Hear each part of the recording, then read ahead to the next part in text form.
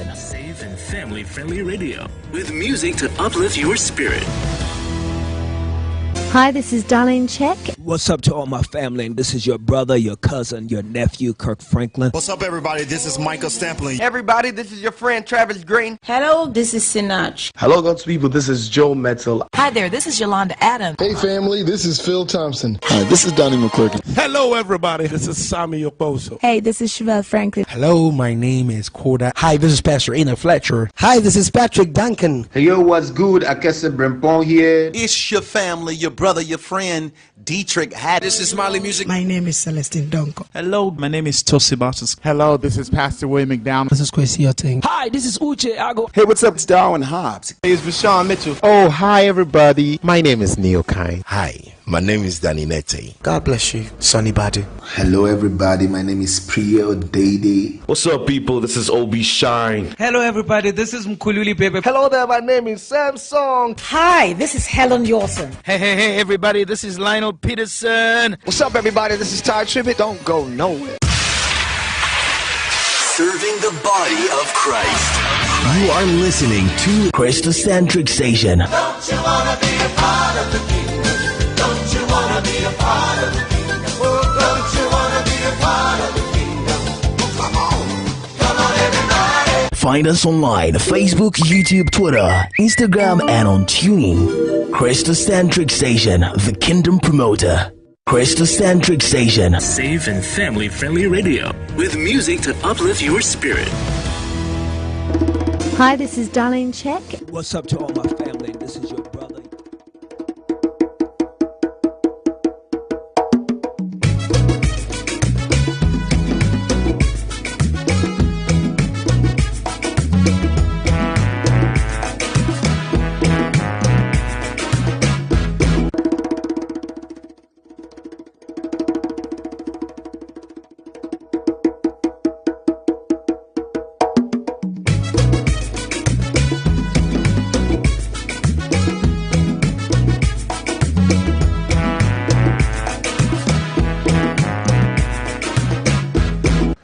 Good day, ladies and gentlemen. You're welcome to another edition of the Kristocentric News, live on the Kristocentric station. We are broadcasting from Accra, Ghana, and I'm your Christian news anchor, YEBOAH Edwin Takyi. Let's get straight into our headlines. African startups set to face massive challenges in 2023.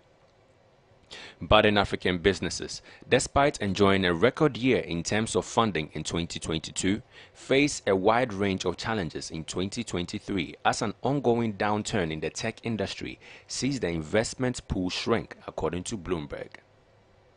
The beginning of 2023 saw African startups raise a record $5.3 billion, a rise of approximately 100,000 USD from 2021.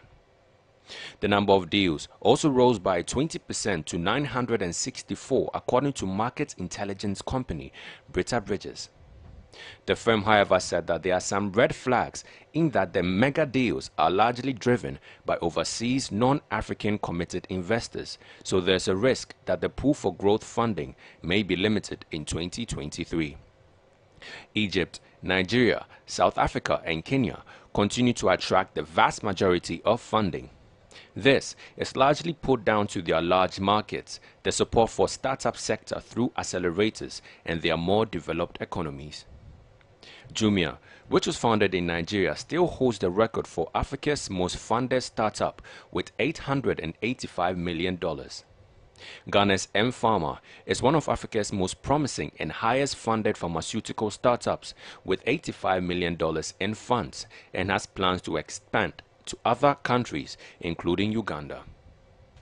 As much of the West faces a recession and technology companies around the world are laying off staff, private equity and venture capital firms may avoid making large investments into new startups.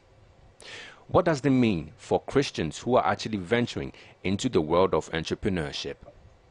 To help provide insight into this dilemma and how to navigate through these waters, we have a guest joining us. He is an entrepreneur and the CEO of Nexus Media and the host of the Change Africa podcast. He is Isaac Abua.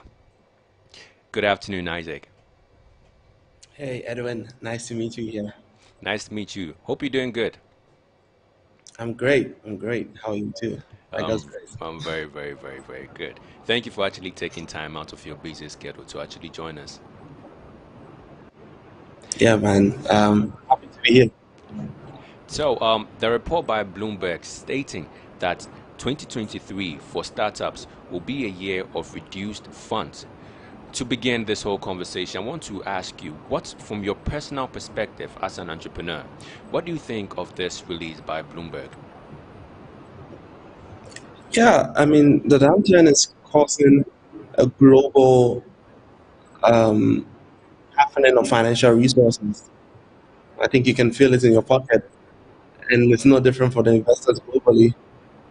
It's just because as less capital is in the market, for consumers, they are less willing to buy and pay things. People want to, focus on their daily needs.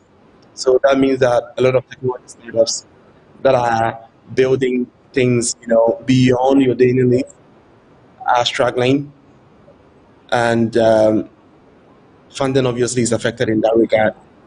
But that is no reason why entrepreneurs should not want to venture into starting a business now, because some of the biggest businesses in the world, like Uber, Airbnb, we were all founded through deep economic downturn. So I'd like to ask, did you always want to be an entrepreneur?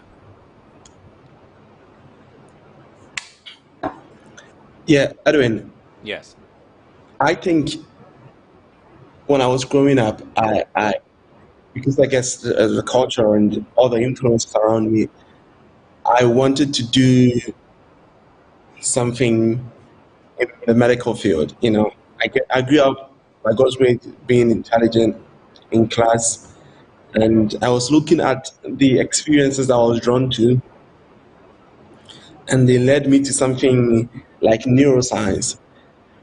I think that one of the people that I looked up to was Ben Carson, and Ben Carson was a neurosurgeon. So it made sense that I would venture into that. But I think when I went to high school, when I was about 16, 17 years, I really had a change of perspective, look at the world, and that made me more divergent. And so even though at the time I still had the goals of becoming a neurosurgeon, I could see that my entrepreneurial inclinations were developing. It was only when I got into university that I found that I was just easily mad at everything not going well. And I wanted to fix it. And I just leaned onto that obsession with just making things right, and eventually led me to building companies. So speaking about building companies, how many startups have you actually built? I mean, both successful and those that have failed. How many? To be honest, I wouldn't call myself a successful entrepreneur yet, because my bar and threshold for success is very high, and I hope I can get there someday by God's grace. I built a smoothie business when I was on campus in my second year. So basically, I watched my first YouTube video, I think 3 minutes YouTube video on making popcorn, and I made popcorn and I started selling. Watched another video, and I started making juices on campus. So that was my very first entrepreneurial adventure. While it went very well, we had to close down because of scalability problems. And I also built a student marketing communications firm, which also went very well because, again, scalability problems and funding, we had to close that. But we had some interesting clients from the banking world, and we were able to do a couple of things. In fact, we were recognized by Anzija as one of the top 20 young startups in Africa. So we did quite well. I mean, I started something in building greenhouses, the whole green evolution when it comes to farming. So yeah, and obviously that also didn't pan out well. I've tried to build a mobility problem, solve a mobility problem, kind of a transportation and how it works. So I am just constantly trying to do that. Right now, I'm building Next Media, which is a media company doing the podcast, and I'm focusing also mainly on tech. So right now my obsession really is on the tech company, which is called Mellow. And we're trying to make sure that we are giving access to financial technology services that bridge the traditional financial system to ease credit into retailers and make sure they are more sustainable and robust, especially in times like this. So, from what exactly you're saying, you've had a whole lot of experience in transforming ideas into reality. For other Christians that I try. Then I guess you're very successful. So for other Christian entrepreneurs who are actually listening, how do you transform an idea into a reality, especially with little or no capital? Because on campus, I doubt if you had the massive capital most startups actually have. So how does a Christian entrepreneur transform that idea into a reality with little or no capital? I think the truth is, starting a business, depending on the type of business, doesn't not always need money. And again, I'm an entrepreneur. People are going to crucify me for saying this, but the truth is, yes, it's not always about the money. Because the truth is that you can find very innovative ways, like a partnership, something to test the money out, right? To find that if there's a viable company economically. And it's always around the ingenuity that you put into testing the idea. And the truth is that before most people give you money, you have to show skin in the game. The unfortunate thing is that I do believe there are some people who have no money at all, and I've been there before, like with zero money, but I have brilliant ideas and the potential to start companies, and they are not able to. And we hope that we can build a robust ecosystem that can support people like that. But before then, I think you have to dip into your own resources and your own ingenuity. There are startup concepts like lean startup, like building an MVP that really extract all the complications from the startup and the foundation and make sure that you are thinking about it as little as possible without all the complications, like I said, and making sure you could prove that that thing can become a big thing. So it's about thinking about it very small. So you dream big, obviously, but you look at it from an atomic perspective and ask yourself, how do we implement this idea from the most atomic perspective and make sure that we can use that to build a trend of a possible scalable company. And it's all about the innovation that you put about it. I think for me, someone who has found that this is my purpose and what I want to do, I think that you have to be obsessed with the process. It's just like how, as Christians, I do not want to compare this obviously directly with the love of God, but I think that anything that you do, you have to do well. The Bible encourages us to be excellent around it. And the truth is that even if you're going to be a good Christian, you have to love God with that obsession. And I think that building a startup, even though you don't need to make it your God, it needs to come with that level of obsession and excellence for you to give it your all. Because it's very difficult to build something out of the blue, especially if you're trying to build something that doesn't exist. It's a very difficult process, and you need a lot of wisdom also to guide you in that process. Okay. So as a Christian yourself, what do you think hinders other Christian entrepreneurs from building a successful business aside capital? And what would your advice be to them? Like I was ending on that note. I think for me, it's wisdom. Like seriously, wisdom is when you move from just barely understanding to having deep insight. And it is deep insight that you need in a startup. And obviously wisdom comes from God. In my personal experience, when I was a kid, I was just obsessed with the story of Solomon and just being the wisest man in the world. I think at the time I was just obsessed with being a wise person for no good reason. So I used to pray every single day that God is going to give me wisdom. You know, I imagine that I was Solomon being asked what I want, and I always pray that prayer of wisdom. And I think that has been very crucial in my journey. I think above all things, you need wisdom. You just really need things like resilience and the ability to suffer long through the difficulty. But wisdom, I think, is the most prime. I don't know anyone who has been able to build a very successful, who does not have deep insight in what they do. And that wisdom, I believe, comes from God. Even if they don't personally, they employ people that do. But if you are trying to build a startup in Africa, I think that you definitely need that. And you need to pray that prayer. Wow. Those are really, really, really powerful words. And I just want to say thank you for taking time out of your schedule to give us all these things that we need.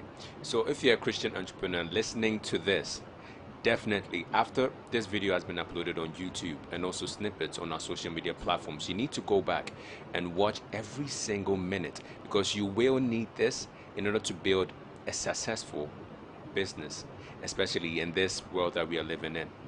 Thank you, Mr. Isaac, for making time out. Thank you very much. Thank you very much, Edwin. And that was Isaac YEBOAH speaking on the whole concept of entrepreneurship.